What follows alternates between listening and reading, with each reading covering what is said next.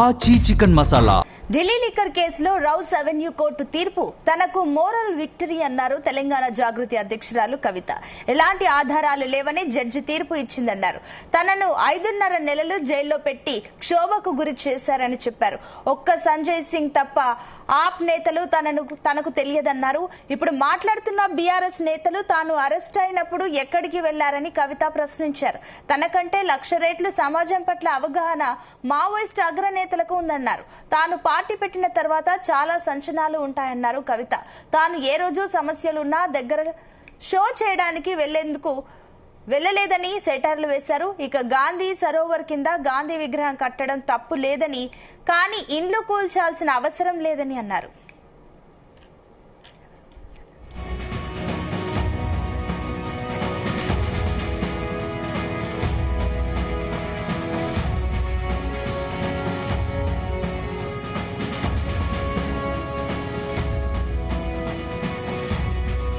ఇదే అంశానికి సంబంధించి మరిన్ని డీటెయిల్స్ మా chief news coordinator Radhakrishna live ద్వారా అందిస్తారు.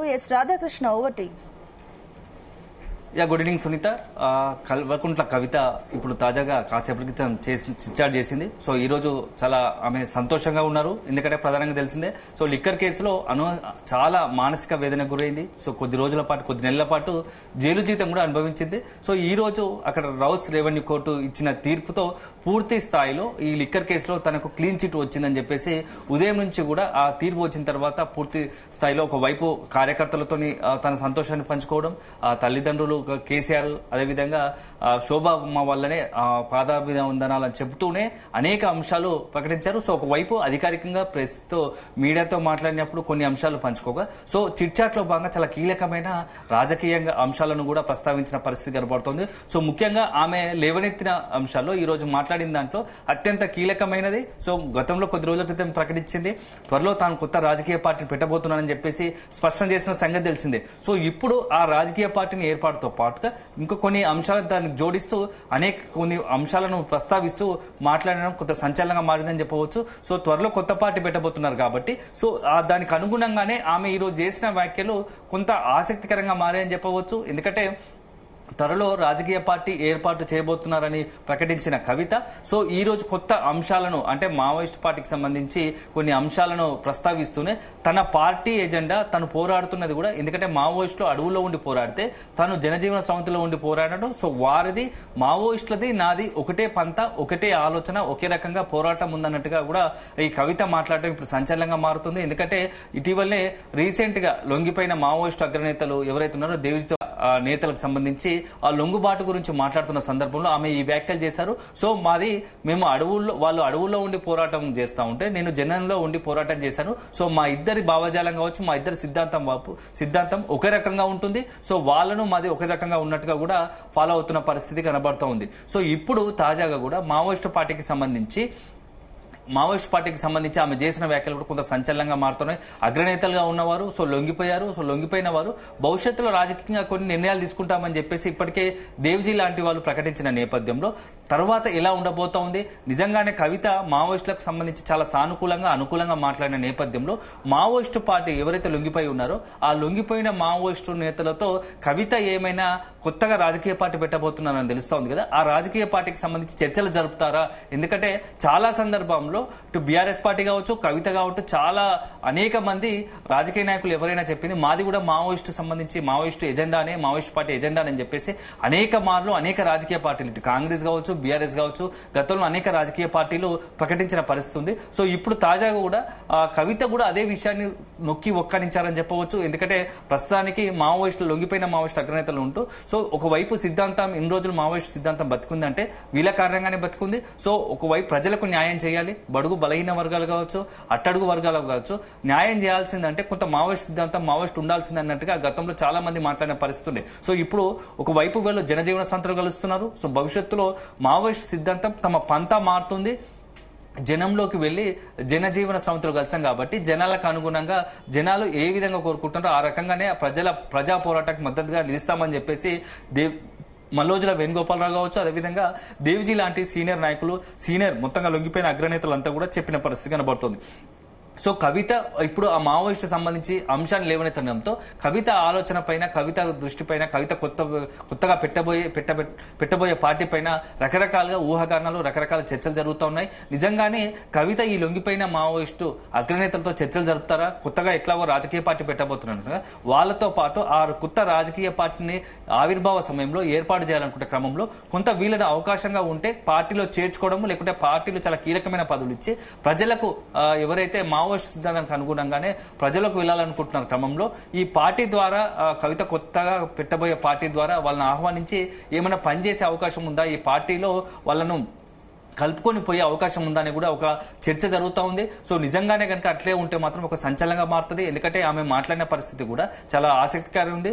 తాను పెట్టబోయే పార్టీ పెట్టే క్రమంలో అనేక సర్ప్రైజులు ఉంటాయని చెప్పేసి కూడా చెప్పడం వెనుక అసలు కథ ఏంది, ఆ సర్ప్రైజులు ఏంటిది అనే దానిపైన కూడా రకరకాల చర్చ జరుగుతోంది. ఇటీవల ఆమె చేస్తున్న వ్యాఖ్యలు కావచ్చు, ఆమె మాట్లాడుతున్న తీరు కావచ్చు, ప్రతి దానికి కూడా కొంత సంచలనంగా మారుతోంది. సో ముఖ్యంగా ఈ రోజు చిట్చాట్లో భాగంగా మాట్లాడిన చాలా కీలక అంశాలు, ఒకటేమో తన క్లీన్ చిట్ రావడం పట్ల సంతోషంగా ఉందని, అటు తల్లిదండ్రులు కేసీఆర్ శోభారాణులను పాదాభివందనాలు చెబుతూనే తన కుటుంబ సభ్యులైన తన భర్త కావచ్చు, తన భర్తకు సంబంధించిన కుటుంబ సభ్యుల వల్లే తనకు ఈ రోజు ఒక క్లీన్ చిట్ వచ్చింది. నాకు కష్ట సమయంలో, జైలుకు వెళ్లాల్సిన సమయంలో, చాలా అత్యంత నాకు దుర్భర జీవితం గడిపే సమయంలో నాకు మానసికంగా నాకు వెన్నంటే నిలిచారు. సో ఖచ్చితంగా వాళ్ళకు నాకు అభినందనలు, వాళ్ళకు పాదాభివందనలు చెప్తూనే చాలా అంశాలను, ఒకవైపు కుటుంబ సభ్యులు కేసీఆర్ చాలా సందర్భాల్లో కేసీఆర్ తో గ్యాప్ వచ్చిందని అందరూ చెప్పుకున్న నేపథ్యంలో మరొకసారి కేసీఆర్ శోభమ్మ పేర్లను తెరపైకి తీసుకురావడం అంటే మరొకసారి తండ్రితో తనకున్న ఆత్మీయ బంధాన్ని, అనుబంధాన్ని గుర్తు చేసుకుంది. సో భవిష్యత్తులో కనుక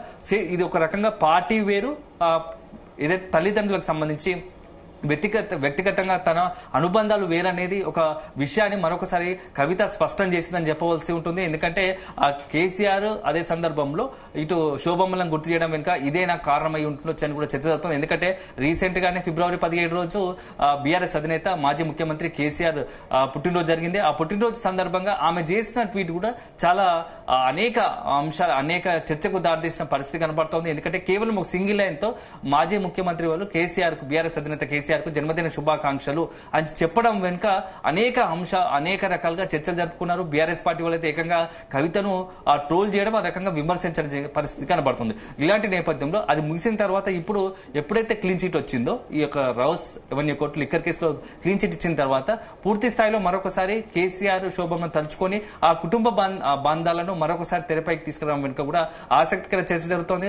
అయితే కవిత మరొకసారి కేసీఆర్ కు దగ్గరయ్యేందుకు ఇలాంటి వ్యాఖ్యలు చేశారా, లేకుంటే తండ్రితో అనుబంధానికి సంబంధించి ఎప్పుడైనా ఎవరైనా సొంత కూతురే కాబట్టి దాన్ని పెద్దగా పట్టించుకోవాల్సిన అవసరం లేదని చెప్పేసి మరికొంతమంది మాట్లాడుతున్నారు. ఇది ఒక వైపు అయితే, ఇక నెక్స్ట్ ఇటీవల జరిగిన పెద్ద ఎత్తున నాగర్ కర్నూలు జిల్లాలో జరిగిన ఒక ఘటన, అమానుషణ ఘటన అని చెప్పవచ్చు. సో 2 నెలల చిన్నారికి సంబంధించి ఏదైతే ముత్తివాత పడ్డదో ఆ ఘటనలోకి సంబంధించి ఆమె మాట్లాడుతున్నారు. ఎందుకంటే బీఆర్ఎస్ కి సంబంధించి బీఆర్ఎస్ వర్కింగ్ ప్రెసిడెంట్ కేటీఆర్ ఇటీవలే అక్కడికి వెళ్లి అక్కడ ఆ కుటుంబ సభ్యులను చిన్నారి తల్లిదండ్రులను పరామర్శించిన పరిస్థితి ఉంది. దాన్ని చాలా సెటైరిక్ గా బీఆర్ఎస్ పార్టీ పైన కౌంటర్ వేసింది. సో నాకు సహజంగానే ప్రజల సమస్యలను అడిగి తెలుసుకుని ఎప్పటికైనా వెనువెంటనే రియాక్ట్ అయ్యే అవకాశం ఉంటుంది తప్ప అనవసరంగా లేనిపోని షోలు చేయడం నాకు అలవాటు లేదని చెప్పేసి డైరెక్ట్ గానే కేటీఆర్ ఉద్దేశించి కొంత వ్యంగ్యంగా మాట్లాడిన పరిస్థితి ఉంది. సో ఎందుకంటే ఇటీవల కాలంలో వరుసగా కేటీఆర్ అటు నాగర్ కర్నూలు జిల్లా కావచ్చు, ఖమ్మం కావచ్చు, ఇట్లాంటివి అనేక ఎక్కడైతే ఖమ్మం జిల్లాలో ఇల్లు నేలమట్టమయ్యాయో, ఇల్లు కూల్చడం, అక్కడికి భూదాన్ భూములకు సంబంధించి అక్కడికి వెళ్లి పర్యటించి అక్కడ బాధితులను పరామర్శించాడు. సో నాగర్ జిల్లాలో చిన్నారి తల్లిదండ్రుల పరామర్శన నేపథ్యంలో ఆమె అలా వ్యంగ్యంగా ఒక సెటర్ వేసింది. షోలు చేయడం నాకు అలవాటు లేదని చెప్పేసి కూడా కవిత అనడం బట్టి చూస్తే, సో ఒకవైపు తండ్రి కేసీఆర్ అదేవిధంగా శోభమ్మలను దగ్గర అవుతున్నాయి, మరోవైపు కేటీఆర్ విషయంలో మాత్రం కాస్త సీరియస్ గానే ఉన్నట్లుగా ఆమె వ్యాఖ్యలను బట్టి అర్థమవుతుంది. సో ఏదేమైనా ఇప్పుడున్న పరిస్థితుల్లో కవిత వ్యాఖ్యలు మాత్రం అనేకంగా మరొకసారి సంచలనానికి దారితీస్తున్నాయి. ఒకటి తను పెట్టబోయే పార్టీ గురించి చర్చ జరుగుతోంది.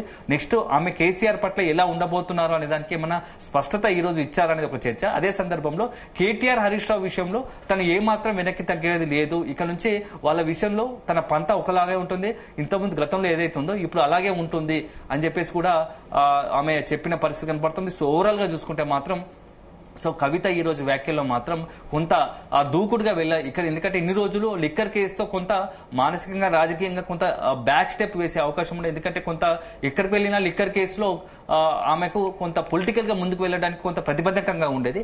ఎప్పుడైతే ఇప్పుడు లిక్కర్ కేసు సంబంధించి క్లీన్ చిట్ రావడంతో సో మరింత ఇప్పుడు ఉన్నదానికన్నా మరింత దూకుడుగా వెళ్లే అవకాశం ఉంటుంది. సో ఒక రకంగా రాజకీయంలో ఇప్పటి వరకు ఆమెకు ఒక ఏదైతే ఆమెకు ఉన్నటువంటి మైనస్ పాయింట్ అని చెప్పవచ్చు, ఆమెకు పెద్ద ఎత్తున ఆమెకు విమర్శలు వచ్చేది ఏంటంటే లిక్కర్ కేసే. ఆ లిక్కర్ కేసులో నుంచి ఆమె బయటపడడంతో ఇక పూర్తి స్థాయిలో ఫుల్ ఫ్లెడ్జ్ గా రాజకీయంగా మరింత యాక్టివ్ అయి మరింత దూకుడుగా వెళ్లే అవకాశం ఉంటుంది. సో త్వరలోనే రాజకీయ పార్టీ పెట్టడానికి ఏదైతే ఏర్పాట్లు చేస్తుందో దాన్ని మరింత దూకుడుగా తీసుకెళ్లి చురుకుగా వీళ్ళంతా ఎక్కువ మందిని ఎవరైతే ఉద్యమంలో ఇటీవల కాలంలో చూసాం తెలంగాణ ఉద్యమంలో ఎవరైతే చాలా యాక్టివ్ గా ఉన్నారో వాళ్ళందరూ కూడా బీఆర్ఎస్ వచ్చిన తర్వాత కొంతమంది దూరమయ్యారని చెప్పేసి కొంత విమర్శల ఆరోపణలు ఉన్నాయి. వాళ్ళందరినీ కూడా మరొకసారి పోగు చేసి దగ్గర చేసి ఉద్యమంలో యాక్టివ్ గా ఉన్న వారిని అదే సందర్భంలో తెలంగాణలో అమరులు ఎవరైతే ఉన్నారో వాళ్ళ కుటుంబాలను కూడా ఈ యొక్క కవిత కొత్తగా పెట్టబోయే పార్టీలో వాళ్ళందరినీ మమేకం చేసి కొత్తగా జాగృతి ఆధ్వర్యంలో ఒక కొత్త రాజకీయ శక్తిగా మారాలి. భవిష్యత్తులో తెలంగాణ అస్తిత్వమే ఆ కారణంగా Telangana అస్తిత్వమే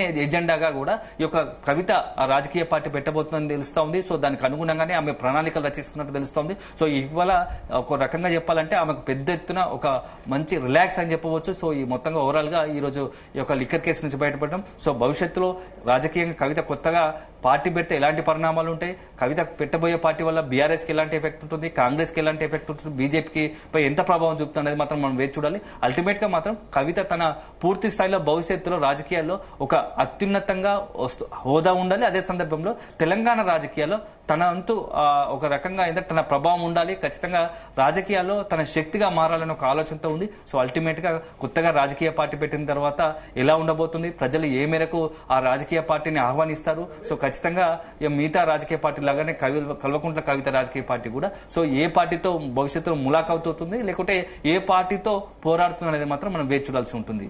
right, thank you Radhakrishna.